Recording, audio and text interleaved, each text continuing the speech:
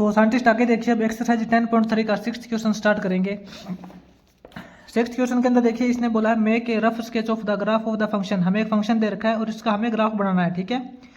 And determine the area enclosed between the curvature, जो curve बनेगी यानी कि जो ग्राफ बनेगा उसके बीच में, और जो लाइन दे रखी है x is equal to 0 and x is equal to 2, इसके बीच में जो अपना ग्राफ बनेगा, कर्वेचर बनेगी, उसका हमें एरिया निकालना है। तो साइंटिस्ट जो फंक्शन दे रखा है ना, सबसे पहले वही नोट करते हैं। फंक्शन इसके अंदर अपने को दे रखा है y is equal to, note करना आप, y is equal to 4 minus X square, 4 minus X square, ये आपको इसका फंक्शन दे रखा है। और साथ में इसने बोला है कि जो x है आपका वो क्या है, वो greater than equal to 0 and less than equal to 2, यानी कि x की वैल्यू है ना वो 0 से 2 तक बिलोंग करती है, ठीक है। और जो आपका x इज इक्वल टू 0, हाँ ये यही दे रखा है सेम, यानी कि x इक्वल टू 0 है और x इक्वल टू 2 है। तो इसका एरिया कैसे फाइंड करेंगे, अब देखिए। सबसे पहले तो फंक्शन को पहचानिए, y is equal to 4 minus x square दे रखा है, तो इसके अंदर x और y की अलग अलग वैल्यू क्या आएगी वो निकालते हैं। x और y इनकी वैल्यू क्या हो जाएगी, हम जीरो से स्टार्ट कर लेते हैं, कोई प्रॉब्लम नहीं है। x की वैल्यू देखो 0 से स्टार्ट करेंगे तो y की वैल्यू क्या हो जाएगी, 0 का स्क्वायर करोगे 0, 4 माइनस 0 करोगे 4 हो जाएगा, y की वैल्यू 4 हो जाएगी। और x की वैल्यू जब हम 1 पुट करेंगे तो 4 माइनस 1 करोगे 3 हो जाएगी y की वैल्यू। और इसके अंदर जब हम x की वैल्यू 2 पुट करेंगे तो 2 का स्क्वायर करोगे 4 हो जाएगा, 4 माइनस 4 0 हो जाएगी, यानी कि जो y की वैल्यू है वो 0 हो जाएगी। तो इसके अकॉर्डिंग आपका जो ग्राफ बनेगा वो देखिए किस टाइप का बनेगा। ये आपकी y एक्सिस हो जाएगी और ये आपकी x एक्सिस हो जाएगी, ठीक है। x की वैल्यू मैक्सिमम 2 तक है और y की वैल्यू 4 तक है। x की वैल्यू मैक्सिमम 1 2 तक हो जाएगी और y की वैल्यू 1 2 3 4 तक हो जाएगी। तो आपका ग्राफ देखिए किस टाइप का बनता है। जब आपके पास x की वैल्यू 0 है तो उस टाइम पे y की वैल्यू 4 है, यानी कि ये पॉइंट बनेगा जो x में 0 है लेकिन y के अंदर 4 है। x की वैल्यू 1 है तो y की वैल्यू 3 है, x की वैल्यू 1 यहाँ पे है, y की वैल्यू 3 आप यहाँ बोल सकते हो, ठीक है, ये हो जाएगा।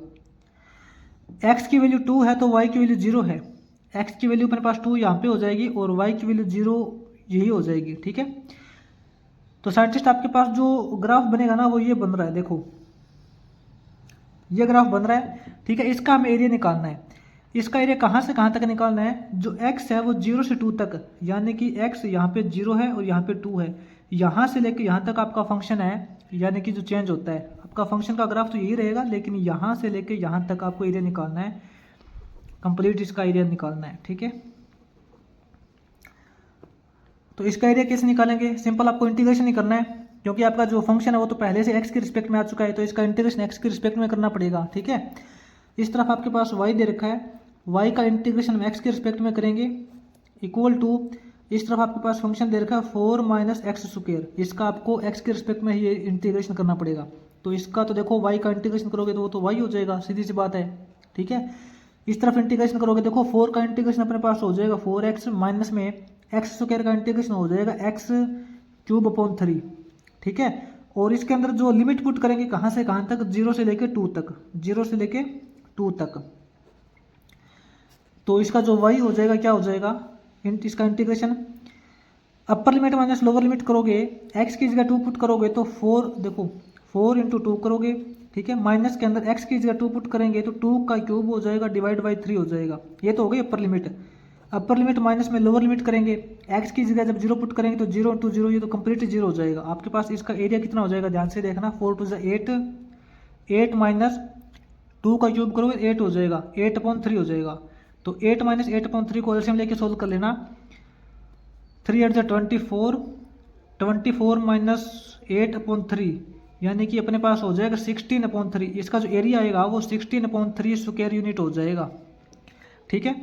इसके बाद में साइंटिस्ट आगे इसका जो 7th क्वेश्चन है वो देखते हैं।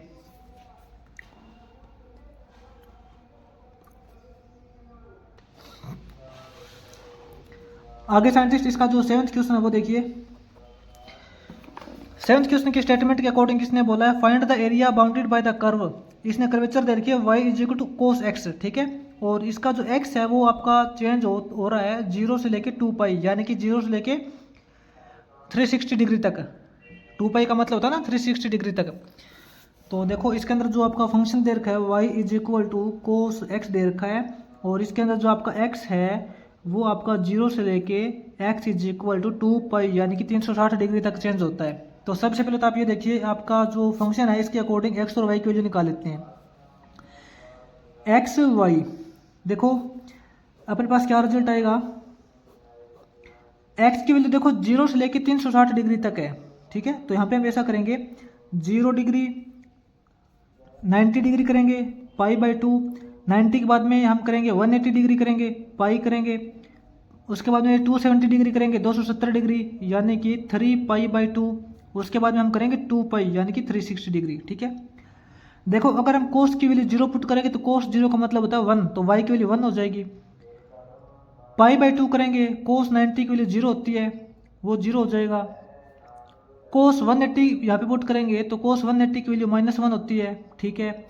उसके बाद में कोस 270 करेंगे, कोस 270 का मतलब क्या होता है, आप इसको यहाँ से निकालना, कोस 270 को आप लिख सकते हो 270 प्लस 0, और आपको पता है 270 के केस में ट्रिग्नोमेट्रिक फंक्शन चेंज हो जाता है, तो कोस 270 वो साइन 0 के अंदर हो जाएगा, और साइन 0 की वैल्यू 0 होती है।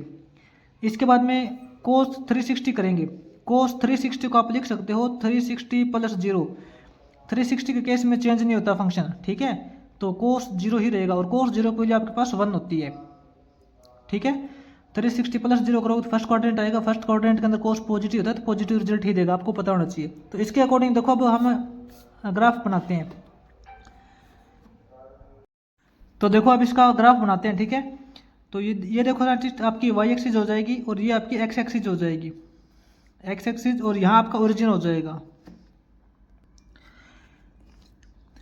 इसके अंदर देखो x एक्सिस के अंदर क्या लेंगे, x एक्सिस के अंदर इसका एंगल लेंगे 0 to 360 डिग्री।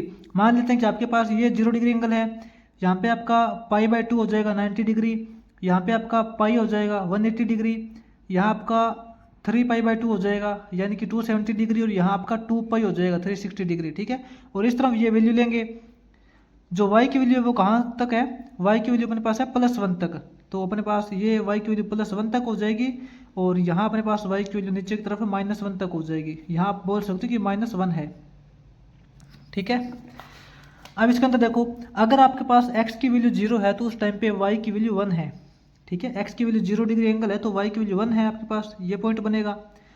और अगर आपके पास x की वैल्यू 90 डिग्री है तो y की वैल्यू 0 है, x की वैल्यू 90 डिग्री यहाँ पे है, y की वैल्यू 0 है। उसके बाद में x की वैल्यू देखो 180 डिग्री है तो y की वैल्यू -1 है, 180 डिग्री है तो y की वैल्यू -1 यहाँ पे बनेगी, यहाँ पे बनेगी। उसके बाद में जो x की वैल्यू अपने पास 3 पाई बाई 2 है यानी कि 270 डिग्री है तो अपने पास y की वैल्यू 0 है, y की वैल्यू यहाँ पे 0 हो जाएगी, ये हो जाएगा पॉइंट। और अगर अपने पास जो एंगल है वो 2 पाई डिग्री है तो अपने पास जो y की वैल्यू 1 हो जाएगी, अपने पास देखो ये एंगल बने यहाँ बनेगा। तो फंक्शन देखिए साइंटिस्ट ध्यान से, जो आपका ग्राफ बनेगा वो ऐसे चल रहा है, यहाँ से ऐसे चल रहा है ग्राफ, ठीक है, ध्यान से नोट कर लेना। ये आपका कोस थीटा का ग्राफ हो जाएगा यानी कि कोस एक्स का ग्राफ हो जाएगा। लेकिन हम एरिया कौन सा निकालना है वो ध्यान से देखना, हमें निकालना है 0 से लेके 2 पाई तक, यानी कि 0 डिग्री से लेके एक तो अपने पास पाई बाई 2 तक, एक तो अपना ये वाला पार्ट हो गया, ठीक है, और एक आपके पास पाई बाई 2 से 3 पाई बाई 2 तक एक अपने पास ये वाला पार्ट हो जाएगा, और एक आपके पास यहाँ से लेके यहाँ तक ये वाला पार्ट हो जाएगा, ठीक है। तो इसका आपको देखो एरिया निकालना है, तो इसका एरिया कैसे निकालेंगे, इसका इंटीग्रेशन करना पड़ेगा, यानी कि देखो y का इंटीग्रेशन हम करेंगे x के रिस्पेक्ट में, इस तरफ आप देखो कोस x का इंटीग्रेशन करोगे x के रिस्पेक्ट में, ठीक है। इस तरफ देखो कोस, देखो आपका y का इंटीग्रेशन हो जाएगा। लेकिन कोस का इंटीग्रेशन आप यहाँ ध्यान से देखना, यहाँ पे अपने पास मैंने आपको बताया था कि अगर आप x की लिमिट पुट करते हो ना तो आपको सिर्फ और सिर्फ ये देखना पड़ता है कि x एक्सिस के ग्राफ ऊपर की तरफ है या नीचे की तरफ है। अगर कोई ग्राफ x एक्सिस के ऊपर की तरफ है तो उसका इंटीग्रेशन हम पॉजिटिव लेते हैं, और अगर कोई ग्राफ x एक्सिस के नीचे की तरफ है तो उसका इंटीग्रेशन हम नेगेटिव लेते हैं, ठीक है। ग्राफ के लिए जो आपका फंक्शन है वो आपका सेम रहेगा, कोस x रहेगा। देखो कोस x का इंटीग्रेशन करेंगे, कहाँ से कहाँ तक करेंगे, 0 से लेके पाई बाई 2 तक, ये तो देखो 0 से पाई बाई 2 हो जाएगा। उसके बाद में ये भी तो आपका कोस का ग्राफ है, इसके अंदर हम देखो कोस x का इंटीग्रेशन करेंगे, कहाँ से कहाँ तक करेंगे, पाई बाई 2 से लेके 3 पाई बाई 2 तक, यानी कि पाई बाई 2 से लेके 3π/2 तक इसका इंटीग्रेशन करेंगे। लेकिन आप इसके अंदर देखना, ये वाला जो पार्ट है ना, वो x के नीचे की तरफ दे रखा है, x एक्सिस के नीचे की तरफ दे रखा है, तो इसके अंदर आपको माइनस का सिंबल लगाना पड़ेगा। अब ये वाला जो ग्राफ है आपको x एक्सिस के ऊपर की तरफ दे रखा है, ऊपर की तरफ दे रखा है, तो यहाँ पे प्लस का सिंबल लगाना पड़ेगा और फंक्शन आपका वही रहेगा cos x, और जो इसकी लिमिट हो जाएगी 3π/2 से 2π तक हो जाएगी, 3π/2 से 2π तक हो जाएगी। ठीक है, बस आपको इसका इंटीग्रेशन करना है। तो इसका जो एरिया कितना हो जाएगा, देखो आपको पता है कि कोस का इंटीग्रेशन होता है साइन एक्स, कोस एक्स का इंटीग्रेशन अपने पास यहाँ पे तो देखो साइन एक्स हो जाएगा। इसकी लिमिट आपको यहाँ से पुट करनी पड़ेगी 0 से 90 डिग्री, 0 से π/2, माइनस के अंदर इस कोस का इंटीग्रेशन आपके पास साइन एक्स हो जाएगा, और इसकी जो आपकी लिमिट है वो π/2 से 3π/2 है, प्लस के अंदर इसका इंटीग्रेशन आपके पास साइन एक्स हो जाएगा, और इसकी जो लिमिट है वो आपकी है 3π/2 से लेके 2π तक। ठीक है, बस आपको इसको सोल्व करना है। अब देखो ध्यान से, upper limit minus lower limit करेंगे, आपको पता है अपर लिमिट यानी कि x की जगह π/2 पुट करोगे तो यहाँ तो देखो आपके पास क्या हो जाएगा, साइन π/2 अपर लिमिट, माइनस में लोअर लिमिट करोगे तो साइन 0 हो जाएगा, ये हो जाएगा। अब माइनस के अंदर यहाँ देखो x की जगह अपर लिमिट पुट करेंगे तो यहाँ पे तो आपके पास साइन 3π/2 हो जाएगा, माइनस के अंदर यहाँ आपके पास साइन π/2 हो जाएगा। ठीक है, प्लस के अंदर अब यहाँ देखो upper limit minus lower limit करेंगे तो x की जगह 2π पुट करेंगे तो यहाँ तो आपके पास हो जाएगा साइन 2π, माइनस के अंदर यहाँ साइन 3π/2 हो जाएगा, साइन 3π/2। ठीक है, upper limit minus lower limit solve कर दी। बस इसके अंदर ना वैल्यू पुट करके आप सोल्व कर लेना इसको। देखो साइन 90 की वैल्यू होती है 1, ठीक है, माइनस में साइन 0 की वैल्यू होती है 0, ये तो 1 - 0 हो जाएगा। अब माइनस के अंदर साइन 3π/2, देखो 3π का मतलब होता है 270, साइन 270 की वैल्यू क्या होती है, साइन 270 को लिख सकते हैं साइन 270 + 0। ठीक है, आप यहाँ देखो साइन 270 को लिख सकते हैं 270 + 0, और 270 के केस के अंदर ट्रिग्नोमेट्रिक फंक्शन चेंज हो जाता है, तो ये आपका हो जाएगा कोस के अंदर कोस 0 हो जाएगा। लेकिन 270 + थीटा करते हैं तो अपने पास फोर्थ क्वाड्रेंट आता है, और फोर्थ क्वाड्रेंट के अंदर साइन नेगेटिव होता है तो नेगेटिव रिजल्ट देगा, यानी कि माइनस कोस 0 की वैल्यू 1 होती है तो -1, तो अपने पास साइन 270 की वैल्यू -1 हो जाएगी। यहाँ पे जो साइन 270 है ना, इसकी वैल्यू अपने पास यहाँ पे -1 हो जाएगी।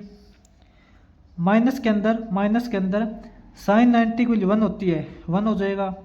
प्लस के अंदर यहाँ देखो साइन 2π, साइन 360 की वैल्यू क्या होती है, देखो साइन 360 को हम लिख सकते हैं साइन 360 + 0। 360 के केस में ट्रिग्नोमेट्रिक फंक्शन चेंज नहीं होता, साइन 360 + थीटा है वो साइन थीटा ही रहेगा, साइन 0। ठीक है, तो साइन 0 की वैल्यू 0, यानी कि साइन 360 की वैल्यू 0 हो जाएगी, यहाँ पे 0 हो जाएगा। माइनस के अंदर यहाँ देखो साइन 270 की वैल्यू हमने अभी निकाली थी -1, साइन 270 की वैल्यू -1, एक माइनस पहले से दे रखा है तो माइनस +1 हो जाएगा। ठीक है, तो इसकी ब्रैकेट ओपन करते हैं। साइंटिस्ट अपने पास क्या आता है, देखो यहाँ तो 1 - 0 माइनस +1 हो जाएगा, माइनस +1 हो जाएगा, प्लस के अंदर ये 1 हो जाएगा, तो अपने पास ओवरऑल क्या रिजल्ट आएगा, देखो 1 + 1 करोगे 2 3 4, तो इसका साइंटिस्ट अपना एरिया कितना हो जाएगा 4 स्क्वायर यूनिट। ठीक है, तो ये आपका जो 7th क्वेश्चन है वो हो जाएगा कंप्लीट। इसके बाद में जो 8th क्वेश्चन है वो देखो नेक्स्ट वीडियो के अंदर करते हैं।